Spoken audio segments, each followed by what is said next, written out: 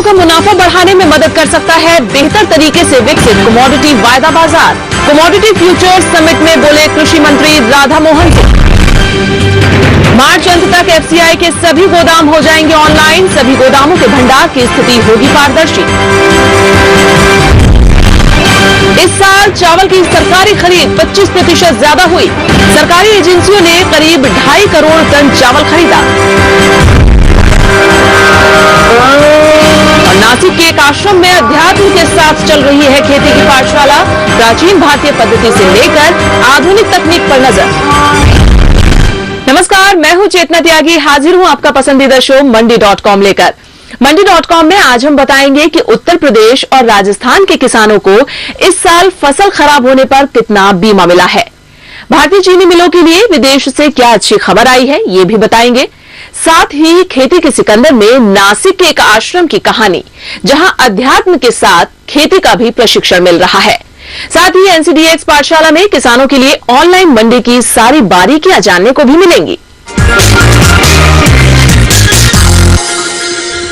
मंडी.com में सबसे पहले देख लेते हैं कि जरूरी कमोडिटीज के ताजा भाव इस हफ्ते क्या रहे हैं, कहां तेजी देखने को मिल रही है, कहां कमजोरी दिख रही है। एक नजर डाल लेते हैं एनसीडीएक्स हाजिर भाव पर।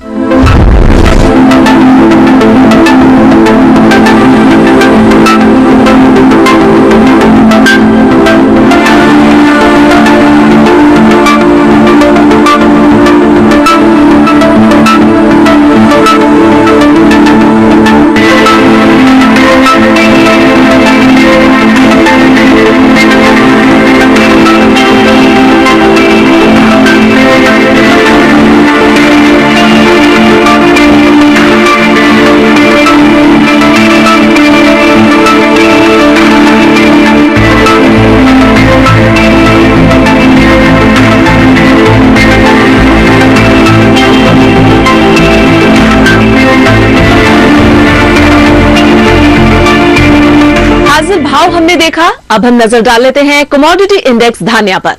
धान्या इंडेक्स देश के सबसे बड़े एग्री कमोडिटी एक्सचेंज एनसीडीएक्स का बेंच है। ठीक उसी तरह जैसे शेयर बाजार की नब समझने के लिए हम बॉम्बे स्टॉक एक्सचेंज की सेंसेक्स और नेशनल स्टॉक एक्सचेंज के निफ्टी इंडेक्स को देखते हैं, ऐसे ही कमोडिटी बाजार की नब समझने के लिए धान्या इंडेक्स देखा जा सकता है। 10 सबसे ज्यादा कारोबार वाली कमोडिटीज के औसत से धान्या इंडेक्स तय होता है।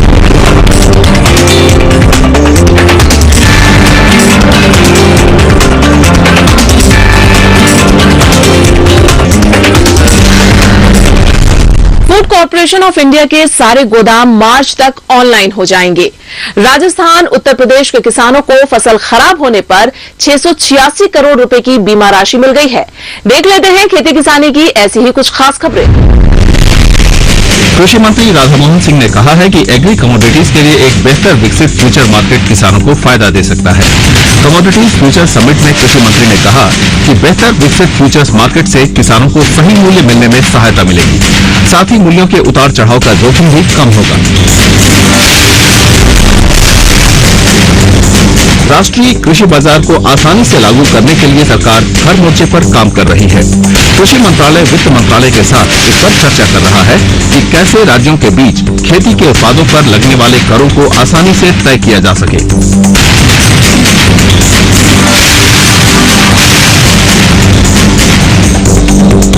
फूड कॉर्पोरेशन ऑफ इंडिया अपने सभी गोदामों को ऑनलाइन करेगा।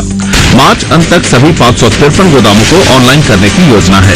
इससे सभी गोदामों में भंडार की स्थिति का पता तुरंत चल सकेगा। एफसीआई ने 30 गोदामों से ये शुरुआत की है।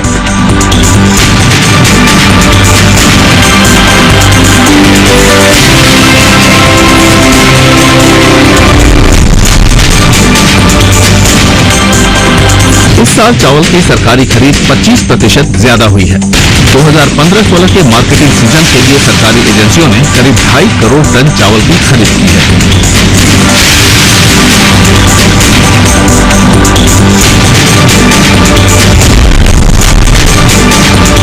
रबी की फसल अब तक करीब 592 लाख हेक्टेयर में लगाई जा चुकी है। हालांकि ये आंकड़े जनवरी अंत तक के ही हैं। देश के कई हिस्सों में फरवरी तक बुआई होती है।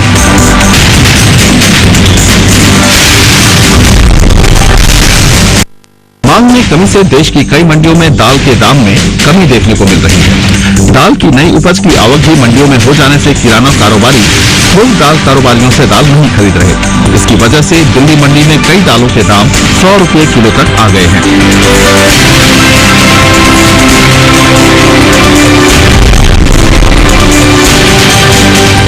राजस्थान और उत्तर प्रदेश के किसानों को इस वित्तीय वर्ष में फसल के नुकसान के बदले में 686 करोड़ रुपए की बीमा राशि मिली है। सूखे की वजह से इन दोनों राज्यों में किसानों की फसल का नुकसान हुआ है।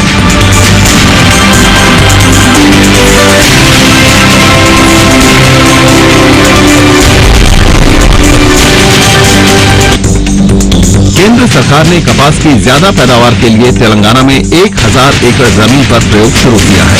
कपड़ा मंत्रालय के इस प्रयोग के परिणाम बेहद अच्छे हैं। प्रति हेक्टेयर कपास की उपज 800 किलोग्राम की हुई है। अभी तक ये प्रति हेक्टेयर 540 किलोग्राम की थी।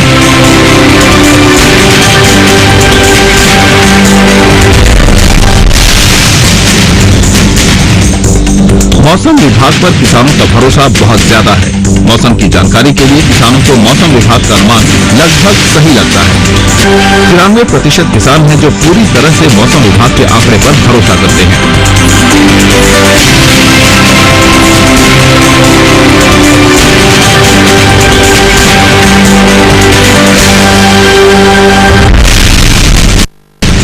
भारतीय चीनी मिलों के लिए अच्छी खबर है। चीनी मिलों को चीन से 10 लाख टन चीनी का ऑर्डर और मिलने की उम्मीद है। इससे पहले भी भारतीय चीनी मिलें 10 लाख टन चीनी का निर्यात दूसरे देशों को कर चुकी हैं।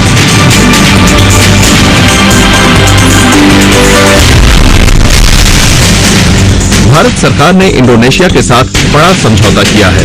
इसके तहत 10 लाख टन चावल का निर्यात इंडोनेशिया को किया जाना है। करीब 3000 करोड़ रुपए के समझौते के जल्द पूरा होने की उम्मीद है।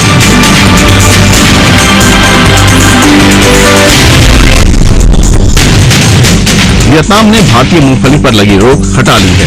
वियतनाम की सरकार के प्रतिनिधिमंडल ने पिछले साल भारत का दौरा करके यहां के खेतों में इस्तेमाल होने वाली खाद का परीक्षण किया था, जिसके बाद ये फैसला लिया गया है। यहाँ वक्त हो गया एक छोटे से ब्रेक का। ब्रेक के बाद चलेंगे नासिक, जहां एक आश्रम किसानों का प्रशिक्षण केंद्र बन गया है।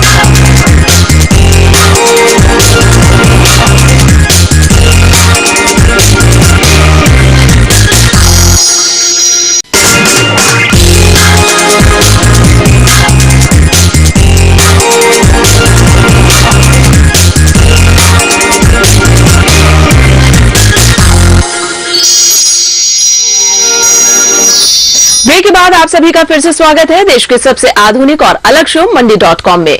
मंडी.com में अब वक्त हो गया है खेती के सिकंदर का। खेती के सिकंदर की खोज में आज हम नासिक जिले के दिंडोरी में एक आश्रम में पहुंचे हैं। ये आश्रम देश के उन हजारों छोटे छोटे केंद्रों में से एक है जो बिना किसी सरकारी सहायता के कृषि के क्षेत्र में नए नए शोध कर रहे हैं और अपने प्रभाव क्षेत्र में मौजूद किसानों को भी इनसे रूबरू करा रहे हैं।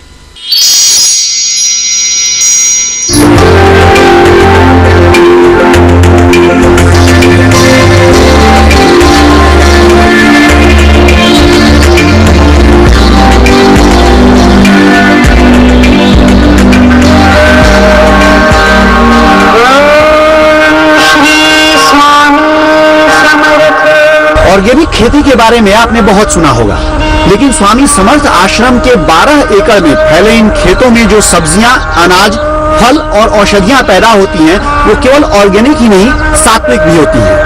जी हाँ, क्योंकि इन्हें वंशी की धुनों, भजनों और वैदिक मंत्रों के साथ पाला जाता है। और आश्रम के संचालकों की माने तो न केवल इससे खेतों की उत्पादकता में बढ़ोतरी होती है, बल्कि इन उपजों की पौष्टिकता भी इससे बढ़ती है। नासिक शहर से इंदौर की तरफ निकलने पर करीब 35 किलोमीटर आगे ढिंडोरी में ये है स्वामी समर्थ आश्रम। आध्यात्म की शिक्षा तो यहाँ मिलती ही है, लेकिन इस आश्रम ने आध्यात्म के साथ खेती के मामले में किसानों को समृद्ध किया है।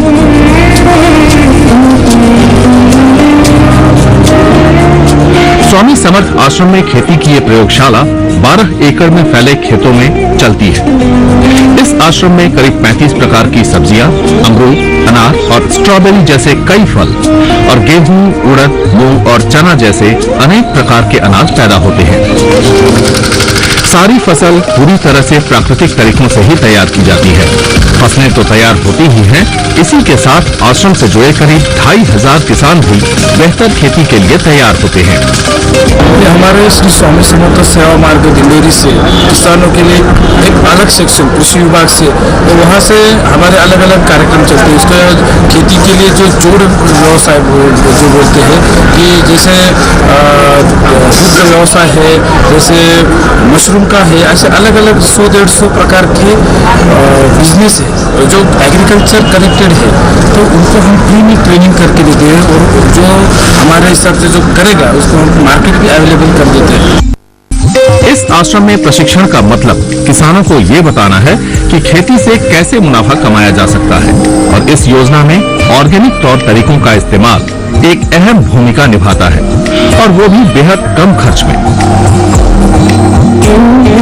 मंडी.com की टीम को जहां हरियाणा के स्ट्रॉबेरी उत्पादक एक किसान ने प्रति एकड़ 5 लाख रुपए की लागत बताई थी, वहीं यहां ढिंडोरी आश्रम की खेती की देखरेख करने वाले ऋष श्रीराम मोरे के मुताबिक 10 रुपये लागत वाला स्ट्रॉबेरी का एक पौधा 3 किलो तक फल दे देता है, जिसे 200 रुपए के भाव से बेचकर 600 रुपए की कमाई हो सकती है। भारत भर के जितने ऑर्गेनिक एक्सपर्ट्स हैं, हम सबसे मिलकर जितने उसके पास उन्होंने जो अनुमति दी है, हम वो लेकर, और इतना बढ़िया अनुभव हमारा भी हो गया है कि हमें कोई भी अभी दिक्कत नहीं आती, और 100% वो प्रॉफिटेबल है। एक आपका खर्चा भी बचता है और दूसरा ज्यादा प्रोडक्शन भी बढ़ता है। आश्रम में जैविक खेती के लिए खाद और कीटनाशक बनाने की कई इकाइयां हैं, जहां आश्रम के गौशाले में मौजूद गायों के गोबर और गोमूत्र के अलावा यहां पाए जाने वाली नीम, कनेर और पपीता जैसी कई वनस्पतियों का इस्तेमाल किया जाता है। गोबर और बचे हुए खाने का इस्तेमाल कर कंपोस्ट और बायोगैस बनाई जाती है। ये इकाइयां न केवल आश्रम के खेतों में डाले जाने वाले ऑर्गेनिक खादों और कीटनाशकों को बनाने के काम आते हैं, बल्कि किसानों के लिए प्रशिक्षण उपकरण का भी काम करते हैं। जैविक खाद और जैविक पेस्टिसाइड बनाने का यूनिट है।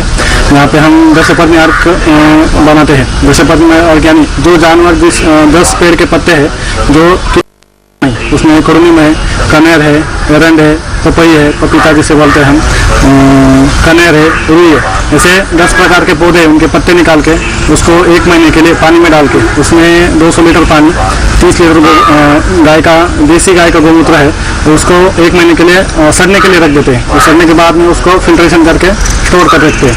ये 100 लीटर पानी के लिए 3 लीटर 10 पत्नी आर्क लिया, तो हर प्रकार वो फंगिसाइड और बुरशीनाशक पेस्ट कंट्रोल का वो काम करता है। ऑर्गेनिक खाद और रासायनिक कीटनाशक के इस्तेमाल से बचने के पर्यावरण और स्वास्थ्य संबंधी फायदों को नजरअंदाज कर दें तो भी केवल फायदे और बिजनेस के लिहाज से किसानों के लिए इनका असर जबरदस्त है। एक और तो खाद और कीटनाशक के आदी होते खेतों में इनकी मात्रा हर साल बढ़ती जाती है, और दूसरी ओर बढ़ती महंगाई से किसानों का सारा मुनाफा खाद और कीटनाशक कंपनियों की भेंट चढ़ जाता है। ऐसे में खेतों, घरों और पशुधन से निकले कचरे का इस्तेमाल कर बनाए गए ऑर्गेनिक खाद और कीटनाशक किसानों के लिए मुनाफे की एक शानदार रेसिपी तैयार कर सकते हैं।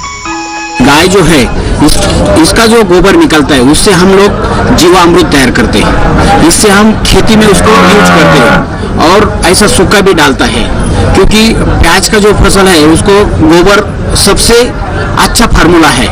गोबर से दूसरा कुछ डालने की जरूरत नहीं, इसको गोबर चाहिए प्याज को। और इसका जो लिक्विड है गोमूत्र जो है, इसको ऊपर से हम आर्क है वो गोमूत्र आर्क डालते हैं, क्योंकि इसका जो कीटनाशक जो है वो बारीक बारीक कीड़े मर जाते हैं। किसान ये मानते हैं कि रासायनिक खादों और कीटनाशकों का इस्तेमाल बंद करने से बहुत सी फसलों का उत्पादन भी कम होता है, लेकिन इनका कहना है कि लागत में आने वाले खर्च को एडजस्ट कर वे मुनाफे में ही रहते हैं। जो आश्रम से हमको पहले 10 पत्नी आर्क और जीवाणु बैक्टीरिया की थ्योरी हमको दी थी ट्राई के लिए, वो हमने की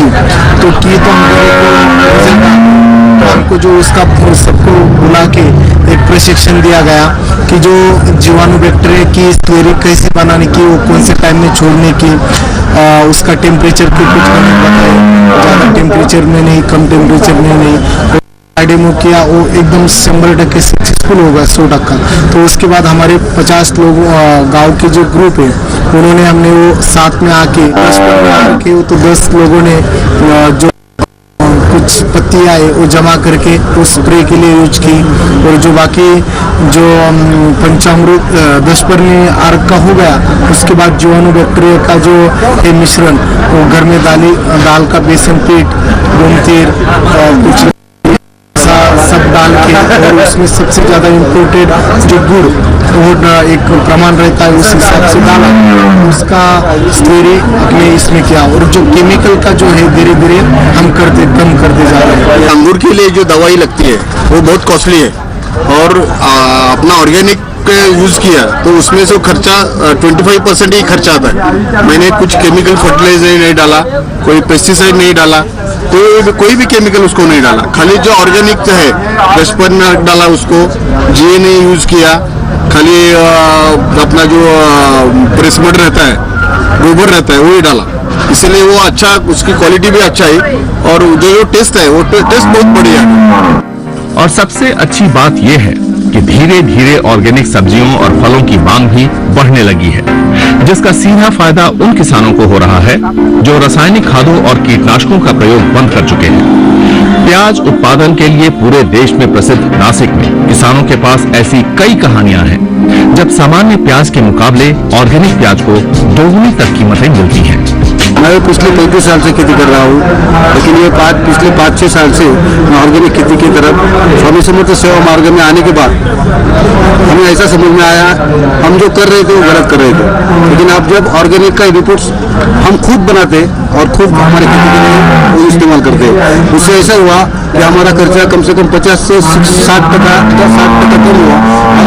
जो इनपुट आना चाहिए उसमें भी 15 से 20% बढ़ गया, लेकिन मेरा मुनाफा जो है 70% तक बढ़ गया, क्योंकि मेरा जो खर्चा था 50% खर्चा पहले ही कम हो गया था, मतलब 50% मुनाफा मुझे पहले ही हुआ।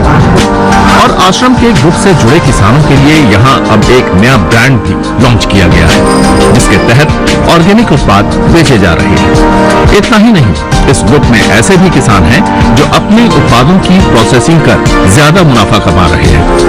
आश्रम परिसर में बने छोटे से मार्केटिंग कॉम्प्लेक्स में ये उत्पाद बिकते हैं और किसानों को फायदा कमाने का नया रास्ता भी बताते हैं। यहाँ 12 एकड़ में फैले इन खेतों में फलों, सब्जियों और अनाजों की सैकड़ों प्रजातियां उगाई जाती हैं। केवल इस ग्रीन हाउस के अंदर 1200 तरह की वनस्पतीय औषधियां उपजाई जाती हैं। ये किसानों के लिए खेती का एक फायदेमंद फॉर्मूला तैयार करती हैं, लेकिन साथ ही मशरूम और एक्वेरियम मछलियों की ब्रीडिंग की जो ट्रेनिंग यहाँ दी जाती है, वह इस जगह को स्टार्टअप कंपनियों के लिए भी एक महत्वपूर्ण केंद्र बनाती है। डिंडोरी से अनिल वत्स के साथ मंडी.com के लिए भुवन भास्कर।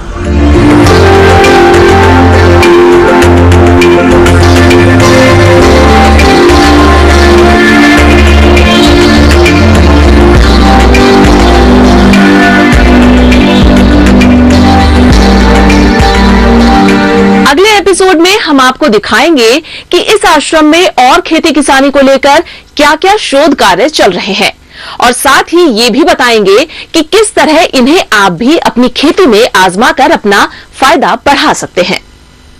वक्त हो गया एक और छोटे से ब्रेक का। ब्रेक के बाद एनसीडीएक्स पाठशाला में समझेंगे ऑनलाइन मंडी की बारीकियां।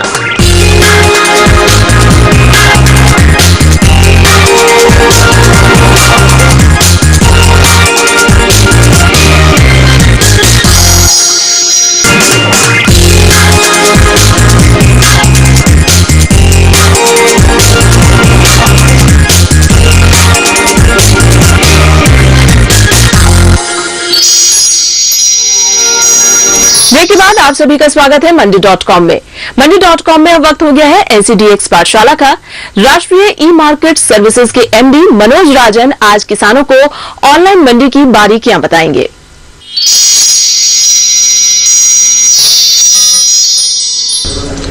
Let us look at the online market process. The online market process in the APMC markets of Karnataka can be seen in 5 distinct stages.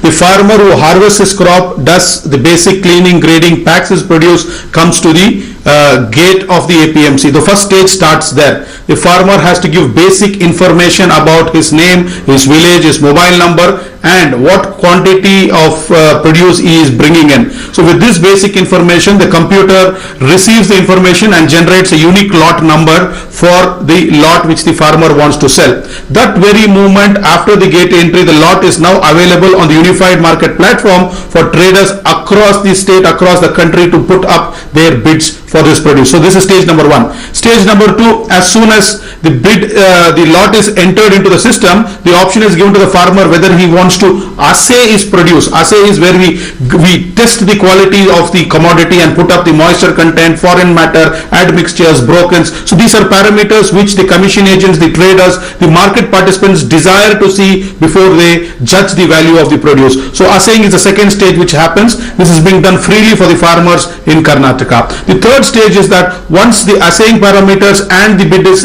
lot entered, it is exposed for bidding. So you have the local traders who physically see the produce and put up their bids. You have the remote distant participants who look at the assaying parameters and put their bids over here. So the system receives all from all the traders across during the bidding period. The bidding period is for 4 hours time, and at the prescribed time the bidding closes, and then we do the fourth stage, that is opening of the e-tender. At that moment, on a click of a button, the system platform looks at all the highest bids received for that particular lot and then decides the highest bid over here. This is the fourth stage where we send an SMS to the farmer intimating him or her that this is the best price for his lot. The farmer has the option to reject the price which has been quoted, or if he accepts it, it goes on to the fifth stage, that is the post auction stage, wherein we do electronic weighing of the produce. The electronic weight is then put into the software, into the unified market platform.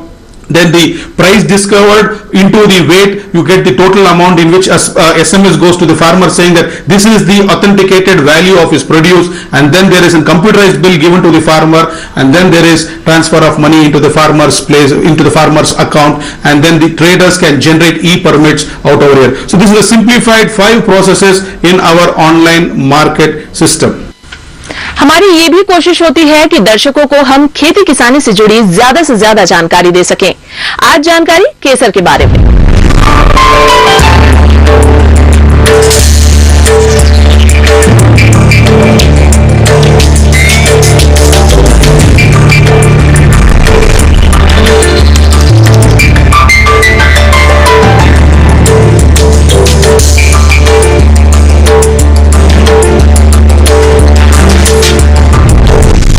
Mandi.com में फिलहाल इस हफ्ते बस इतना ही। अगले हफ्ते में फिर मिलूंगी खेती की किसी और समृद्ध कहानी के साथ, उपज के पक्के भाव और किसानों के काम की हर जरूरी खबर के साथ। नमस्कार। आपकी राय हमारे लिए बहुत महत्वपूर्ण है। आप हमारे टोल फ्री नंबर पर कॉल कर सकते हैं और अपनी राय दे सकते हैं। साथ ही आप ईमेल के जरिए भी हमें अपनी राय दे सकते हैं। हमारा ईमेल पता है ncdexmandi@gmail.com।